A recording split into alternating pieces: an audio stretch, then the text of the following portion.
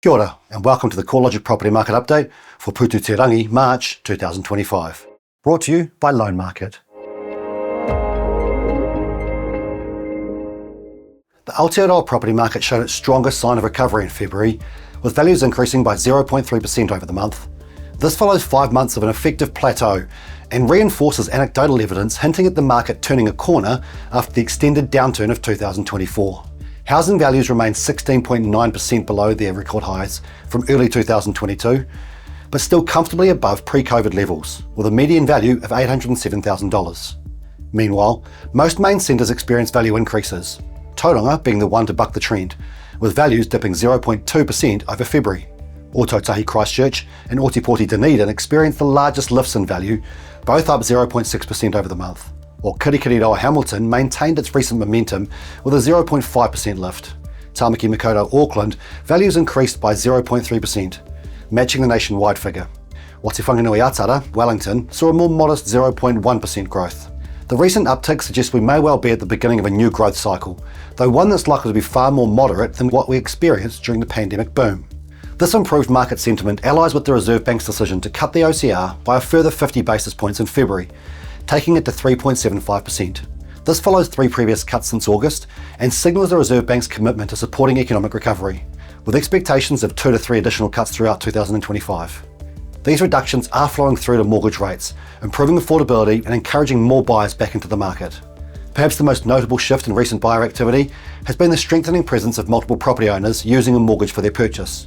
This group secured 23.6% of purchases on the latest data, the highest share since November 2021, when the market was at its previous peak.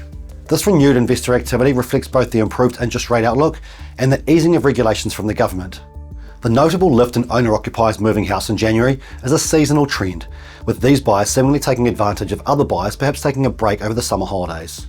Like multiple property owners, the continued easing of interest rates is expected to unlock some of the pent-up demand from homeowners who had previously put their moving plans on hold during the high interest rate environment. But we'll await more data before claiming that it's the case this time around.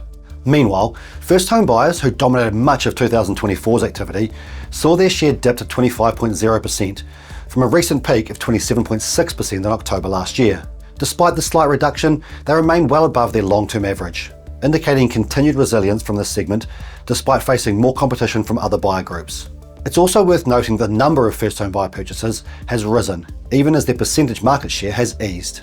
The shift in buyer composition is particularly interesting when viewed alongside our recently released Women in Property report.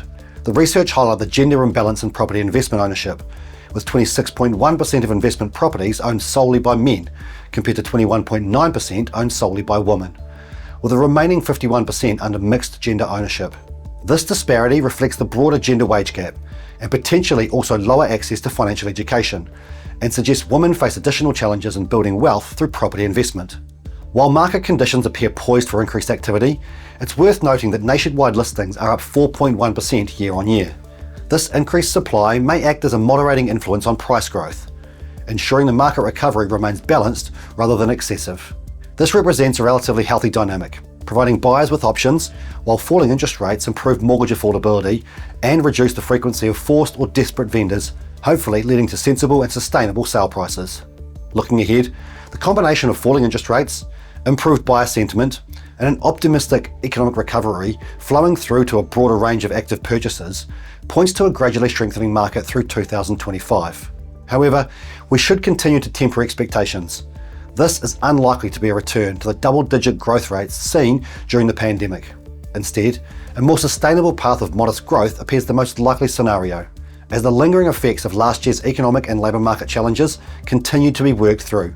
Our official sales volume model forecasts a 12% lift from 2024 levels to roughly 92,000 transactions this year. No doubt a welcome improvement after a few subdued years for the many industries linked to the housing market.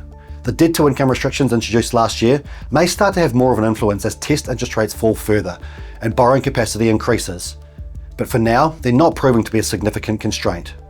To stay on top of all the latest housing market data and insights, be sure to follow our news updates on the CoreLogic NZ social channels, including LinkedIn, Instagram, X or Facebook. Don't forget to download the Women in Property report for 2025 and subscribe to the New Zealand Property Market Podcast on all good podcast players. Mā te wā.